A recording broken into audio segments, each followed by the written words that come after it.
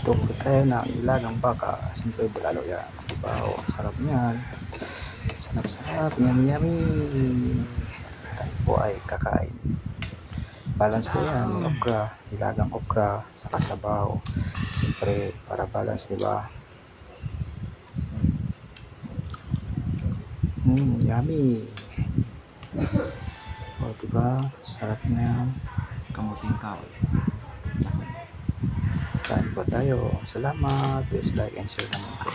Thank you.